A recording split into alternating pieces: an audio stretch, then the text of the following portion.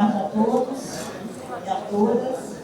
Eu sou a professora Sônia, eu vou fazer a mediação da audiência pública que hoje se realiza, né? Só destacando, é um evento que eu considero de bastante importância para a instituição, na medida em que, no contexto da greve, ele estabeleceu um diálogo sobre quem nós somos, né? Então, bem-vindo a todos. Gostaria de agradecer a presença de professores, servidores administrativos, alunos, a equipe da reitoria que está aqui em peso, né? Professor Sandra, Adelino, Rubernei, Weber, o Alexandre como diretor do Campus Goiânia. E nós temos presente também o Raimundo Nascimento, que é do Sindescop, né, do Colégio Pedro II, do Rio de Janeiro, que está participando aqui com a gente como representante do Comando de Greve Geral do Sinasec. Tá? Gostaria então já de chamar para a mesa, né, o Fernando Messias, que vai me auxiliar aqui na secretaria. Está aí o Fernando?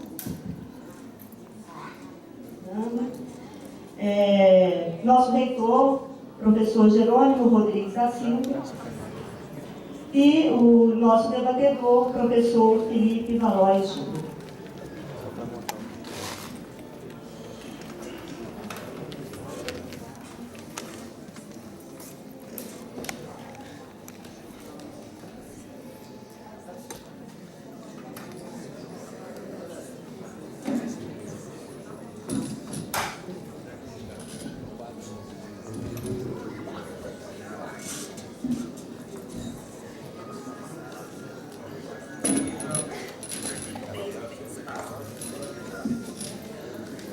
Bem, então, antes de iniciarmos, só gostaria de esclarecer sobre a dinâmica que ficou estabelecida para essa audiência. O tema da audiência é a autonomia institucional, democratização da instituição, expansão do IFG e da rede. No primeiro momento, a gente vai ter a fala de um representante do Comando de Greve, que é o professor Valmir, que vai fazer uma fala de no máximo 3 minutos, né? E também o representante do Comando Nacional de Greve, o senhor Raimundo, que também fará uma fala de no máximo 3 minutos. Em seguida, a gente tem o primeiro bloco da fala dos membros da mesa. O professor Felipe Valois falará até 30 minutos. Em uma parte dessa fala, ele vai dividir com o professor Ricardo Novatti. A mesma coisa, o professor Jerônimo Rodrigues também falará até 30 minutos. No segundo bloco, nós teremos 3 intervenções por representantes dos 3 segmentos da instituição, com intervenção de até 12 minutos. Então, nós teremos 2 representantes dos técnico-administrativos, que é a Fernanda Guirra e a Priscila Teixeira, como representante dos docentes, o professor Antônio Roberto. Como representante do discente, até agora o aluno Gabriel do Vale, representando o ensino médio. Eu gostaria de saber se tem algum aluno que vai representar os alunos do curso superior aqui. Como é que é o nome? Só me dá o nome. Oi? Claudinei. Aluno do curso de matemática, né, Claudinei? Bem, só ressaltando que quando há 2 pessoas fazendo a mesma fala, o tempo de 12 minutos é dividido. Tá? No terceiro bloco, a gente tem a abertura para o debate, com intervenções de 1 a 3 minutos e as respostas de 5 minutos para cada membro da mesa. O Valmir já adiantou, mas só recolocando para aqueles que não estavam aqui ainda, né, após essa audiência vai ser elaborado um relatório da audiência pública. A intenção é que esse relatório seja socializado no IFG. As pessoas responsáveis pela elaboração do relatório é o professor Valmir, do Comando de Greve, e o professor Weber Tavares, como pró-reitor do Desenvolvimento Institucional. Essa audiência está sendo gravada e ela vai ser disponibilizada sem edição na internet. Tá? Provavelmente no blog do Mobiliza e na página do sindicato. Bem, então, sem mais delongas, eu passo a fala para o representante do Comando de Greve aqui, né, do Campus Goiânia, professor Valmir Barbosa.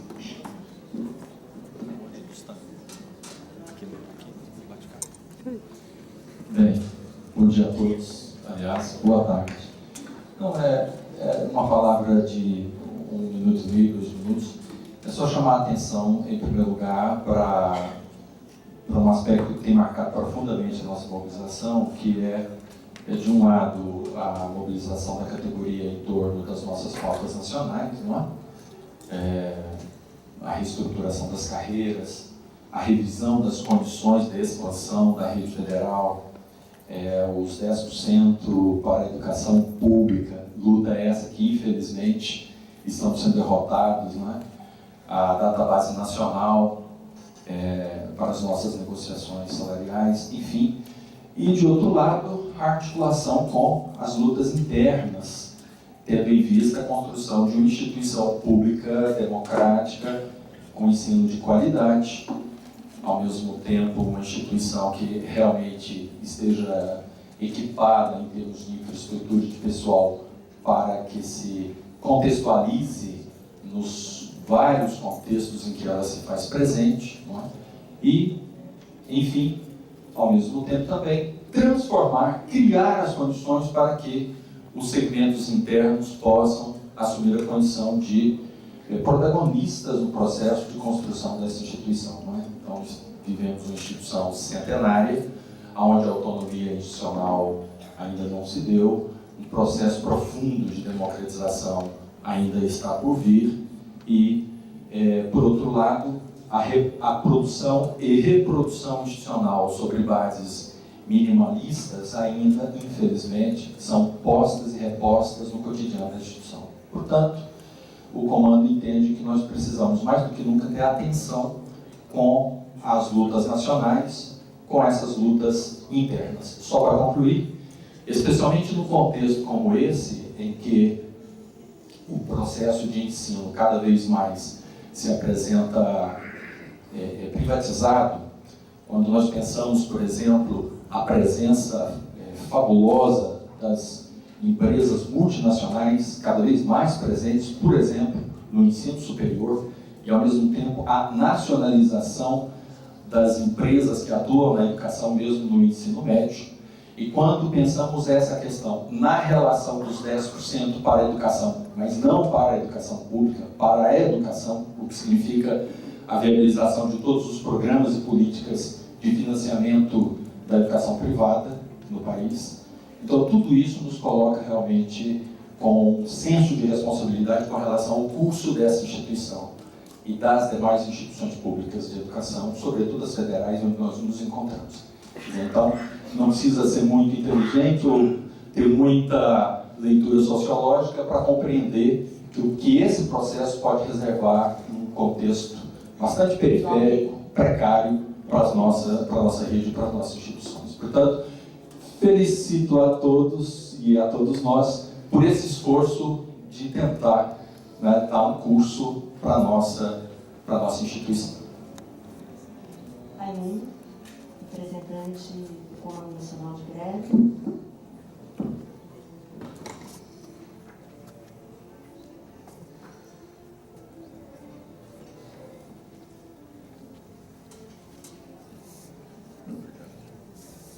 Eu peço, venha à mesa, quebrei o protocolo, trouxe aqui uma jovem comigo, que é Carol, mas eu prefiro chamar de Caroline, que é mais poético e bela. Eu sou um professor muito modesto, talvez mestre de escola mesmo, do Rio de Janeiro, de uma instituição centenária, conhecida por todos, suponho, que é o Colégio Pedro II, fundado em 1837, portanto vai célebre completar daqui a pouco 200 anos de existência. E quero trazer uma saudação de todos os companheiros e companheiras daquela instituição. Hoje ela tem 14 campos, o latim às vezes nos confunde um pouco, 2 em Niterói, outro em Caxias, e trazemos essa saudação no momento de exceção da luta dos trabalhadores, aqui representados pelos meus companheiros e companheiras em Goiânia, que eu estou conhecendo pela primeira vez, de apoio e, sobretudo, de congraçamento na solidariedade, na fraternidade e, sobretudo, na busca dos nossos objetivos. Todos nós ansiamos por justiça social. Então, quero receber essa saudação inicial e também do movimento nacional. Esporadicamente eu estou no comando de greve, comando nacional, e também como direção nacional. É hora, portanto, de cerrarmos as nossas mãos, as nossas mentes, os nossos corações para as conquistas. Nada é fácil, nunca foi para o trabalhador. Quero saudá-los, portanto, aos moços e às moças desse instituto, para que continuemos firmes, resolutos na nossa proposta. Combinamos ali que iríamos formar uma dupla sertaneja, desculpem, ela vai dar outros informes, por gentileza. Sim. Bem breve, só para completar os 3 minutos.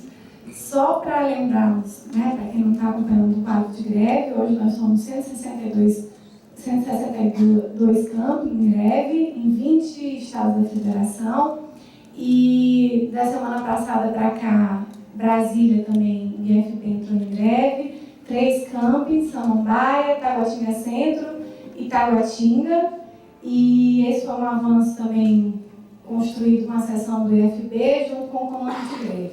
Ontem realizamos Recife também, né, Dora? Também entrou da semana passada para cá. E ontem a gente realizou um ato em frente ao MPOG, ali atrás do MEC, também próximo ao MEC, junto com a FASUBRA, com o IBGE. Fizemos uma reunião também com o Fórum das SPFs e estavam lá presentes também os companheiros do Ministério da Cultura, que também estão em greve, e esses, né, numa situação mais dura, estão pagando multa diária, com risco de corte de ponto. Enfim, estamos construindo um processo de greve que tem se ampliado, crescido, junto também com outras entidades, instituições do Serviço Público Federal. E é isso. Muito obrigado a todos. Hein? Muito obrigada. Vamos passar então para o primeiro bloco, né, com a fala do professor Felipe Valos. Boa tarde, pessoal. Antes de iniciar a minha fala, gostaria de agradecer a presença de todos e também agradecer a indicação, né, do meu nome para compor a mesa, certo, por parte dos organizadores desse evento. Dentro desse contexto que nós estamos, de acordo com essas 2 primeiras falas, né, do professor Almir e o convidado que está presente, apresentando a Secretaria Nacional, que envolve a própria paralisação e a greve, certo? Eu gostaria de salientar que, em meio às assembleias e às reivindicações legítimas compondo a agenda da mobilização ou do Mobiliza IFG, nós tivemos outros eventos, tá certo? E outros eventos que envolveram temas dos mais variados e que suscitaram o questionamento de ordem institucional por parte dos servidores presentes. E isso independente dos que estão a favor ou contra a greve, tá certo? Isso foi muito salutar perceber o envolvimento dos servidores com as temáticas abordadas. Desses eventos todos, culminou no desdobramento, inclusive dessa audiência pública. E, nesse sentido, eu inicio a minha fala, vou ler, para não ficar disperso, e evitar um pouco as direções, que não são poucas, e vou diretamente ao ponto.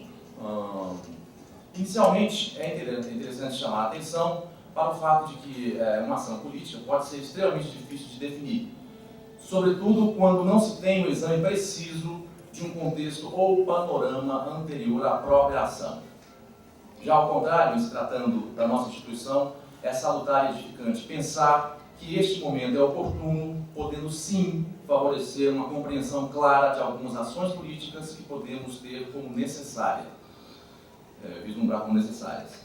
Cabe ressaltar que o que trago aqui, na minha fala, não é exclusivamente proveniente de um ato individual, mas que reflete ou deve refletir, como a maioria das vezes em que discutimos e debatemos coletivamente a instituição, algo como um foco de uma ação e proposição política ampla, maior. Sobretudo no sentido de propiciar uma possível nova orientação para os atos previamente estabelecidos ou prévios ocorridos por outros segmentos ou pessoas envolvidas na gestão institucional. A proposta temática, como já foi aventada, né, mencionada, é a autonomia institucional, democratização e expansão do IFG, da Rede Federal Ensino Profissional Científico e Tecnológico.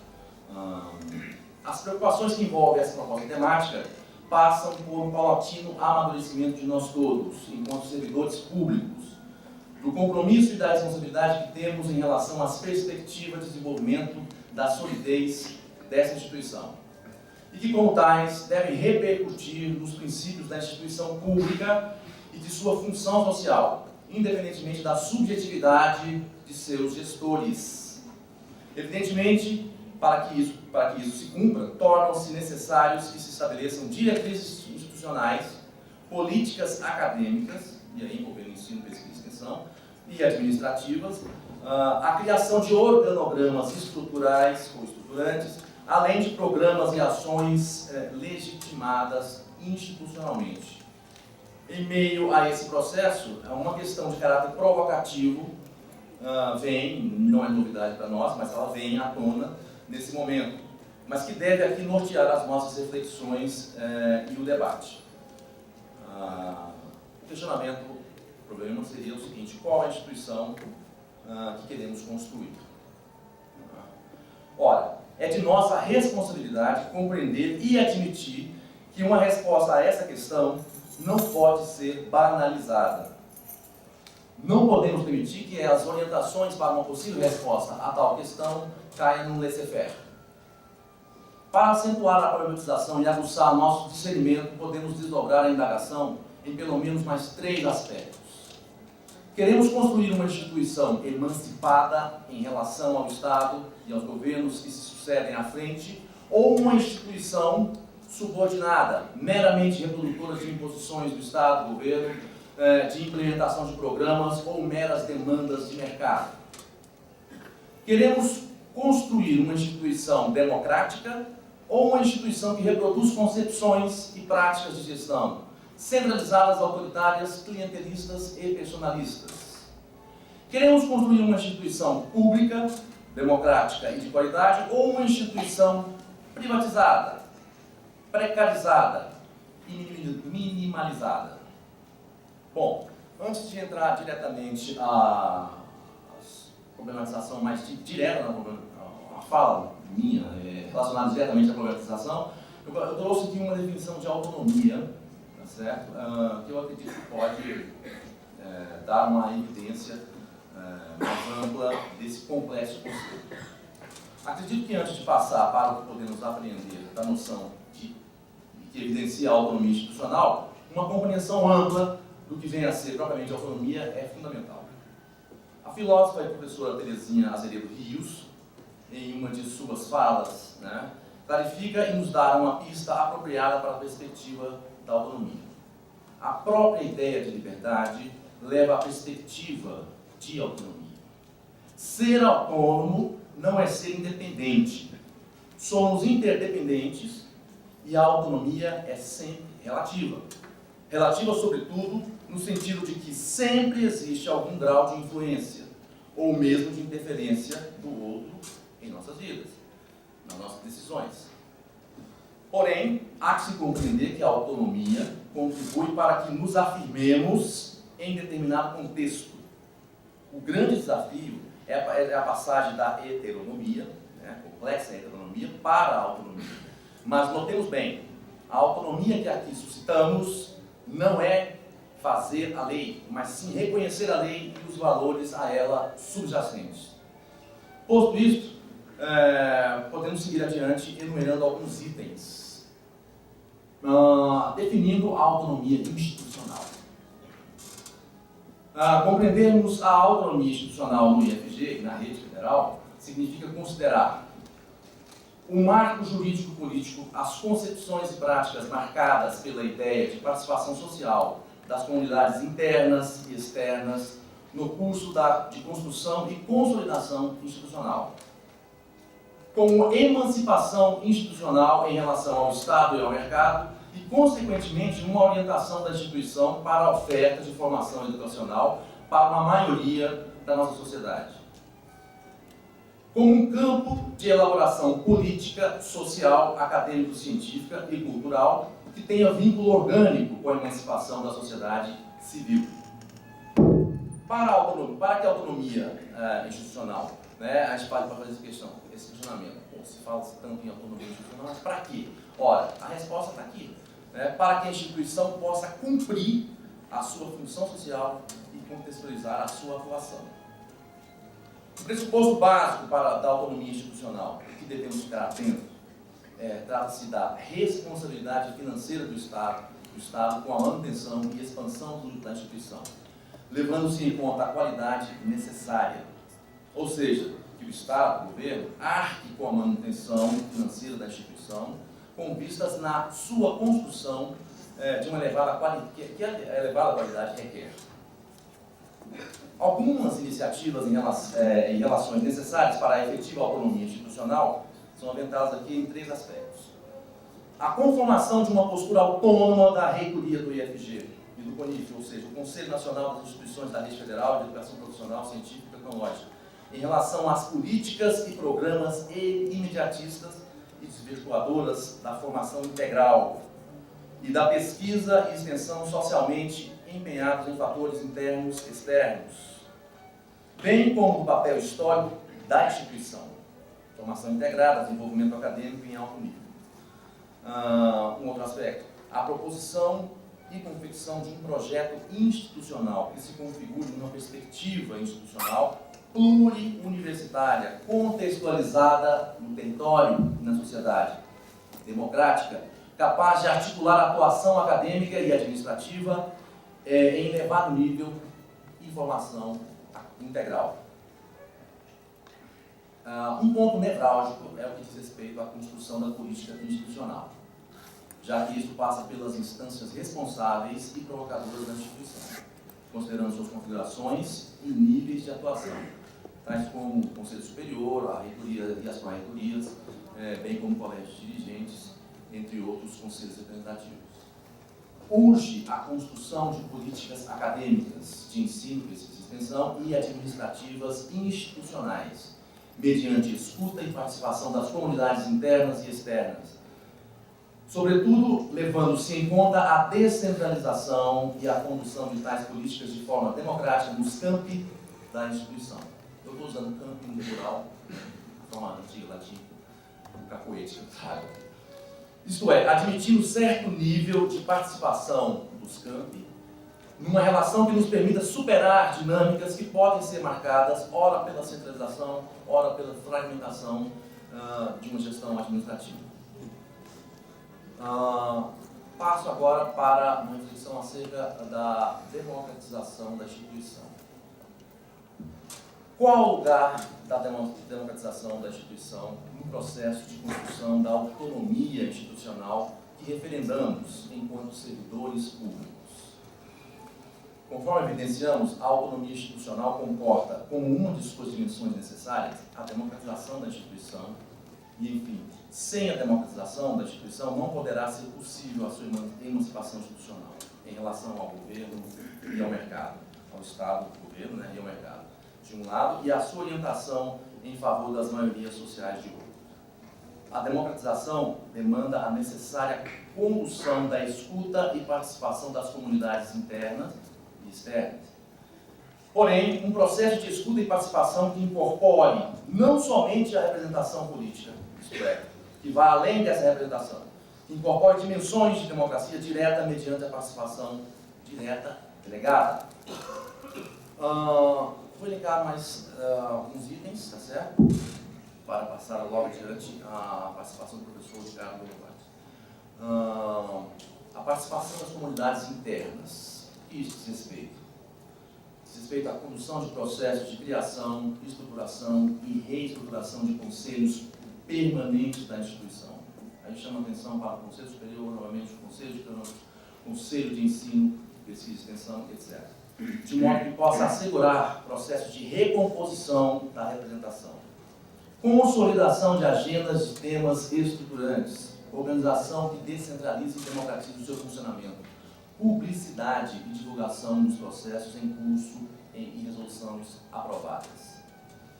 A realização de congressos, seminários, encontros e fóruns com vista à elaboração de políticas acadêmicas e administrativas, de regimentos e de regulamentos, etc. A condução de processos de avaliação qualitativa da gestão e da atuação da instituição nos contextos em que ela se identifica e atua enquanto tal. A condução de processos de consultas plebiscitários junto às comunidades internas e externas. E eu passo agora para o caráter dessas comunidades externas. Ora, a participação dessas comunidades externas passa por onde? Pela criação de instâncias que contemplem a representação da instituição e das organizações da sociedade civil e de gestores públicos presentes nos contextos de atuação da instituição. A promoção de eventos como audiências, encontros e seminários que envolvam a instituição e a comunidade externa, tendo em vista identificar demandas e definir projetos e ações de intervenção da instituição nos seus contextos de atuação. É claro que, evidentemente, isso desdobra para a relação dos campos. Né? A condução de processos de avaliação da instituição por parte da comunidade externa. Bom, entre outros aspectos, eu vou passar a palavra para o professor Ricardo Lovares, aqui do campus Goiânia, para fazer uma intervenção, ainda na minha fala, acerca da expansão do IFG e a rede federal. Por favor, Ricardo. Depois eu retorno e passo para a mediação também. Boa tarde a todos. Sou o professor Ricardo, de Sociologia, daqui do campus Goiânia. Eu vou fazer uma reflexão sobre uma realidade nova nos IFs, né? Que é a expansão. Por que eu vou falar da expansão? Porque hoje eu sou professor do campus Goiânia, porém eu entrei no IFG em julho de 2010 e fui professor do campus Lusiânia até março do ano passado. Eu tive uma experiência de 2 anos e meio no campus Lusiânia. Os pontos que eu vou colocar aqui, professor Jerônimo, são tirados de uma reflexão que eu elaborei junto com 2 colegas do campus, o professor Reinaldo Reis Lima Júnior, de História, e o professor Dirceu Verno, de Filosofia, um texto que nós escrevemos para compor a coletânea dos livros sobre o IFG. Então, eu gostaria de colocar um ponto, que é o seguinte: dentro da expansão do IFG, que papel nós queremos da direção do IFG? Nós queremos que o reitor seja um representante do MEC no IFG, ou que o reitor seja um representante da comunidade do IFG no MEC. E eu gostaria então de dizer que o professor Jerônimo, em início de gestão, tem a oportunidade de ser marcado como reitor que empreendeu, né, já dentro do perfil de fala do professor Felipe, do texto que ele estava trabalhando, trazer uma perspectiva de uma gestão plebiscitária, né? Uma gestão que consulta a comunidade sobre o que ela quer. Portanto, os pontos que eu vou colocar sobre a expansão vão nesse sentido e são pontos que buscam a questão da autonomia e da qualidade. A primeira questão sobre a autonomia é a crítica a uma concepção heróica da expansão. Muitas vezes se coloca de que é necessário aproveitar oportunidades que o Estado cria. Portanto, antes de aproveitar uma oportunidade que o Estado criou para abrir um campus, mesmo esse campus ficando 2, 3 anos num local provisório, do que perder essa oportunidade. Isso é defendido no sentido de que se eu não pegar essa chance, outros pegarão. Portanto, eu preciso pegá-la. Isso era uma fala recorrente da gestão anterior do professor Paulo César. Eu ouvi isso várias vezes, o que a gente chama no texto de concepção heróica da expansão. Os outros pontos essenciais são sobre o ritmo da expansão e, sobretudo, o ritmo dentro do campus. Uma questão interessante é por que o corpo docente vai chegando aos poucos quando os alunos já chegaram? Se a expansão é para ser construída com qualidade, o corpo docente na íntegra tem que chegar antes dos alunos. Aí esse corpo docente vai trabalhar uma definição do eixo tecnológico do campus, fortalecer esse eixo tecnológico, construir uma perspectiva integrada entre as disciplinas. Aí depois de 6 meses, por exemplo, os alunos chegam. Mas o que acontece é que os professores vão chegando quando os alunos já chegaram.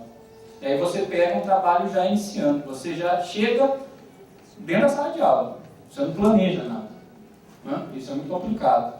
E aí as coisas vão só se acumulando de uma forma complicada.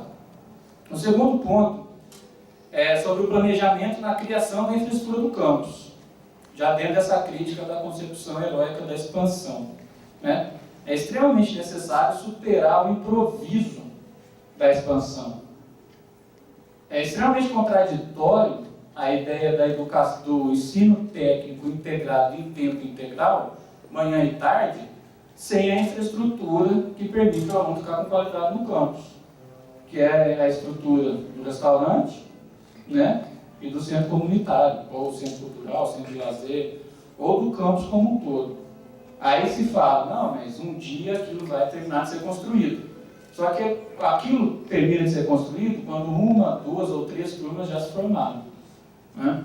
Então isso tem um preço, né? Tanto que o título do nosso texto é os transtornos passam, os benefícios ficam, que é aquele slogan tradicional de obras urbanas, né? Porque gerações vão sendo, turmas e gerações sucessivas vão sendo formadas nessa estrutura. Então é extremamente importante sincronizar a implantação do campus entre a chegada do corpo docente, a infraestrutura básica de funcionamento do campus, laboratório, tudo, restaurante e tudo mais, e os cursos, tá? Extremamente importante, isso é uma demanda que o pessoal trouxe já ontem para mim, conversando com eles e Luziane, é necessário ouvir o que a seção sindical pede sobre as necessidades infraestruturais do campus. Ou seja, ouvir mais a seção sindical. E o terceiro ponto, só para arrematar, a superação da estrutura minimalista dos campos. Ou seja, se, e aí é interessante, como eu trouxe esse relato, né, uma professora de um campus em que uma Belisa passou para tentar organizar a greve, disse que o campus que ela trabalha está extremamente bonito, arrumado, e seria muito chato entrar em greve, né, com uma estrutura tão legal.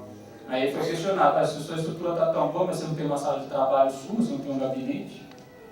Então, se realiza sim pesquisa e extensão, mas o professor não tem uma mesa e uma cadeira para ele, né?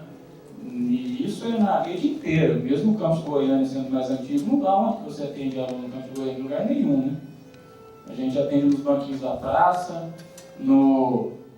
na salinha do café, né, no barulho da máquina, moendo café, e você atendendo o aluno. Quer dizer, é muito... Como que se desenvolve sem pesquisa e extensão num cenário desse? Então isso não é também uma questão da expansão, é da rede como um todo. E na expansão é estranho, porque a arquitetura do campus, que é recém-construído, não tem sala dos professores de trabalho.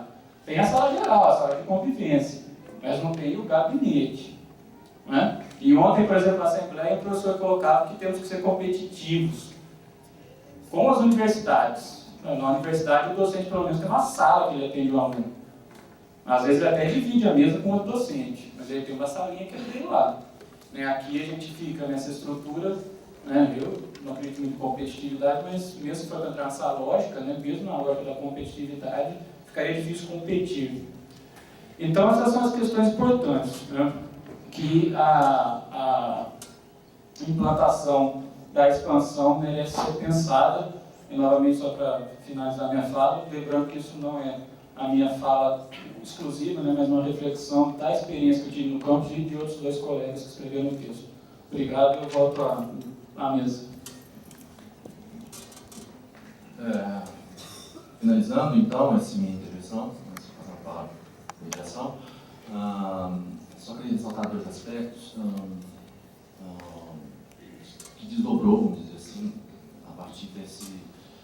momento, essa conjuntura nossa envolvendo a mobilização do IFG. Né? Um principal aspecto foi que nos eventos, nas assembleias, ficou claro para os servidores que isso não deve parar. O Mobiliza deve ser contínuo. Não é só um momento de paralisação que deve suscitar os questionamentos acerca da instituição, ou acerca daquilo que nós somos e que perspectiva nós queremos construir para a nossa instituição. E o outro aspecto é que essa audiência pública deve ser a primeira, acredito que deve ser a primeira de várias, porque uma das coisas mais gratificantes que temos nesse contexto todo que estamos vivendo é ver várias pessoas presentes de campos diferenciados, gestores de todos os níveis que estão presentes na instituição, envolvidos com um único compromisso: melhor a instituição, legitimar a nossa ação enquanto servidores públicos. Obrigado. Obrigada, Felipe, Ricardo. Passo agora a palavra para o professor Jerônimo. Bom, boa tarde a todos e a todas. Primeiramente, eu gostaria de agradecer, né, o convite feito aí pelo Comando de Mobilização. Agradeço também, saudar a mesa, as pessoas da professora Sônia Lobo, professor Felipe, Fernando, e gostaria de um meu boa tarde a todos os servidores, técnicos administrativos, docentes, convidados, os pró-reitores que se faz presente. A minha fala, neste primeiro momento, eu não vou dividir com a equipe de gestão, mas em outro momento nós vamos dar oportunidade para que os gestores que fazem parte da reitoria, os pró-reitores, possam estar contribuindo com essa discussão nessa reunião, nessa audiência pública. Eu preparei minha fala e até mesmo, muito aqui uma parte conceitual. Então o Felipe, quando o professor Valmir estava falando, ele falou: Valmir está tomando minha fala. Eu posso dizer também que parte aqui conceitual, o professor Felipe também, ele roubou um pouquinho minha fala, mas eu acredito que nós possamos avançar um pouquinho em relação a isso. O tema, primeiramente, um tema que se propõe nessa audiência, é um tema bastante extenso, que não deve se esgotar nesse pouco espaço que nós vamos ter para estar discutindo. E aí, na fala do professor Felipe, que esse Mobiliza, realmente ele continue. Que as pessoas que fazem parte da instituição possam estar discutindo realmente a nossa instituição. E nós vamos estar atentos a isso e vamos colocar-se à disposição. Tá? Tenho falado isso, é uma das preocupações que nós temos dentro da nossa instituição. Muitas vezes as discussões elas acontecem em momentos pontuais. E aí, o que pode acontecer muitas vezes é a questão do entendimento, que a gestão é feita em cima da subjetividade da reitoria. Eu acho que isso não pode acontecer. Para isso, nós temos que realmente nos mobilizar. O tema, então, esse tema extenso, realidade da expansão da rede federal e do IFG. Nós estamos aí com 5 anos e pouco de existência da rede, talvez pouco se discutiu nessa instituição. Elaboração de políticas institucionais. Também nós temos aí um ponto que eu poderia dizer sério dentro da nossa instituição, que é a definição das políticas. Quando se define políticas, isso facilita a vida de todo mundo, principalmente de quem está lá na ponta, principalmente para os diretores e a comunidade entender essas políticas para dar seguimento à vida da instituição dentro do campo. Eu destaco aqui também no ponto do processo de democratização da instituição. É um outro ponto. E aí eu gostaria de destacar, quando se fala da democratização da instituição, alguns pontos, como a lei de criação dos institutos. Voltando um pouquinho, porque nós temos também que trabalhar dentro dessa questão da legalidade. Na Lei 11.892, ela, no parágrafo único do artigo 1º, nós temos aquelas instituições mencionadas nos incisos, que seriam os institutos federais, as escolas vinculadas, centros federais de educação, são instituições que possuem natureza jurídica e de autarquia, detentora de autonomia administrativa, patrimonial, financeira, didática, pedagógica e disciplinar. Já no artigo 2º, os institutos federais são instituições de educação superior, básica e profissional pluricurricular e multicamp, especializada na oferta de educação profissional e tecnológica de diferentes modalidades de ensino, com base na conjugação de conhecimentos técnicos e tecnológicos com suas práticas pedagógicas nos termos dessa lei. Para efeito de incidência das disposições que regem a regulação, avaliação e supervisão das instituições e dos cursos de educação superior, os institutos federais são equiparados às universidades federais. Aqui eu faço destaque para duas situações. Primeira, o caráter multicampo. Esse caráter é muito interessante. Nós temos que aprender, né, a discutir a nossa instituição. E aqui, logicamente, nós temos uma amostra, né, de participação de outros campos. Eu acredito que, em função até mesmo do tempo para prepararmos essa audiência, foi uma audiência provocada pelo comando de mobilização, mas com a parceria da reitoria em determinado a etapa de organização. Então, precisaríamos, para que essa discussão aconteça realmente, pensando nessa característica da nossa instituição, que ela é multicampo. Outro detalhe que eu gostaria de destacar, em relação à lei que cria, no parágrafo 1º do artigo 2º, fala sobre a equiparação às universidades federais. E aqui o professor Ricardo, né, ele cita uma situação relacionada a ensino, pesquisa e extensão, onde os professores, geralmente, nas universidades têm os seus gabinetes. Nós precisamos avançar nisso. Mas, do outro lado também, nós temos que perceber que nós estamos bem mais adiantados em relação à questão da democratização em relação às universidades. Até mesmo que nós formos verificar e comparar os nossos conselhos em termos de equiparação dos servidores técnico-administrativos, docentes e também do corpo docente. Isso é importante também de destacar e isso pode ser pauta dentro das nossas discussões.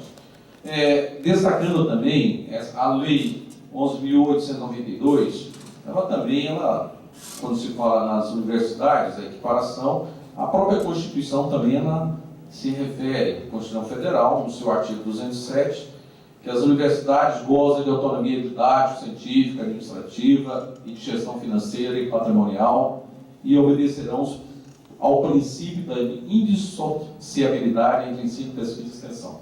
É um outro ponto que a gente pode fazer a ligação da lei em relação ao que consta, assim, então, na Constituição Federal. O nosso Estatuto, da mesma forma, né? O artigo 1º, o Instituto Federal de Goiás, vinculado ao Ministério da Educação, possui natureza jurídica de autarquia, sendo detentora de autonomia administrativa, patrimonial, financeira e assim por diante. Eu destaquei essas leis maior, e até mesmo para falar um pouquinho a respeito do compromisso que a gestão atual tem com essa comunidade. E esse compromisso, ele está presente no plano de trabalho que nós apresentamos a essa comunidade, que foi o plano de trabalho vencedor, para 4 anos de gestão. Alguns dos princípios que nortearam a nossa proposta: gestão democrática, descentralizada, transparente, planejada e referenciada pela busca permanente da eficiência acadêmica e administrativa, igualdade de condições de funcionamento e acesso aos espaços e equipamentos voltados para a melhoria do desempenho acadêmico de todos os campos. São pontos, além de outros princípios norteadores, que nós apresentamos como proposta, e que eu destaco o seguinte: aí vocês poderiam, talvez, nos perguntar aonde que houve o avanço em relação a isso. Acenos, nós tivemos vários acenos para isso. E aí, eu gostaria de destacar o seguinte: dia 17 de setembro, nós assumimos a gestão dessa instituição. Setembro, segunda quinzena. Outubro, novembro, nós tivemos depois, posteriormente, mês de dezembro, janeiro, que são meses em relativo a recessos acadêmicos. Fevereiro, houve uma mudança da composição da equipe, isso atrapalha-se um pouco a gestão, até que os novos pró-reitores entendam realmente o que está proposto, o que está posto nas suas pastas. E logo depois, movimento justo, movimento de greve que se deflagra já a partir do mês de março, em alguns campos e, obviamente, em outros campos posteriormente. Eu destaco esse ponto, tá? Porque isso é importante também, essa questão de que a instituição, de uma certa forma, ela não está andando, está andando. E existe esse aceno na perspectiva de trabalhar no que nós propusemos dentro do nosso plano de trabalho. Não só eu, quanto todos os pró-reitores, a equipe que faz, a minha equipe, vamos chamar essa equipe da reitoria, tá? Tem essa disponibilidade de estar discutindo com a comunidade a vida, ou seja, o caminho. Aí volta até mesmo na pergunta que o professor Felipe faz, né? Qual é a instituição que queremos construir? Nós sabemos qual que é a instituição que queremos construir, nós temos que debater, temos que realmente estar discutindo. Eu, antes da minha fala, observando os servidores, professores da instituição, né, eu estava me questionando a respeito. Eu já estou há 30 anos na instituição, né, tem poucas as pessoas, se nós pegarmos aqui, que participaram de momentos, né, dentro dessa instituição, momentos onde nós podemos dizer que avanço em relação à questão da democracia, democratização da instituição. Né? Eu lembro que a nossa instituição, ela foi a primeira instituição a realizar, das escolas técnicas, a realizar eleição direta para diretor-geral. Nós tínhamos conselho aqui, o Conselho Técnico Pedagógico, que ele não tinha caráter deliberativo, já que o caráter deliberativo é apenas o Conselho Superior, naquela época, o Conselho Diretor. Mas as decisões que saíam desse Conselho Técnico Pedagógico, antigamente a COTEP, acho que poucas das pessoas aqui participaram desse momento, o professor Sandra, o professor Valmir, a professora Sônia já pegou também, né? Eram respeitadas pela comunidade. Então, nós temos condições de fortalecer essa questão da democratização da instituição a partir do momento que nós fortalecemos as instâncias dessa instituição, seus conselhos, sim. E isso é o caminho que nós temos. Vejo que o caminho para essa questão da democratização é isso, fortalecimento das suas instâncias. E, obviamente, o debate com a comunidade. Agora, qual que é a metodologia?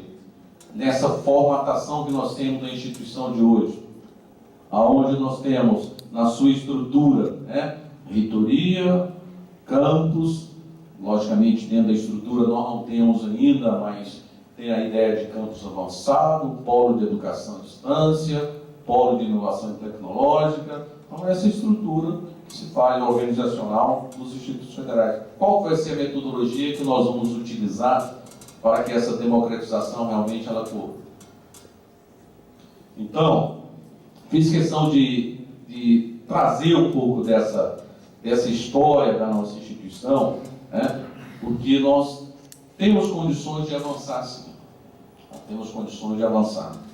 Além de termos condições de avançar, essa gestão, ela está acenando, ela está com disposição para evitar esse subjetivismo, tá? Subjetivismo, tá? E, logicamente, definimos aqui qual que é a instituição que queremos construir.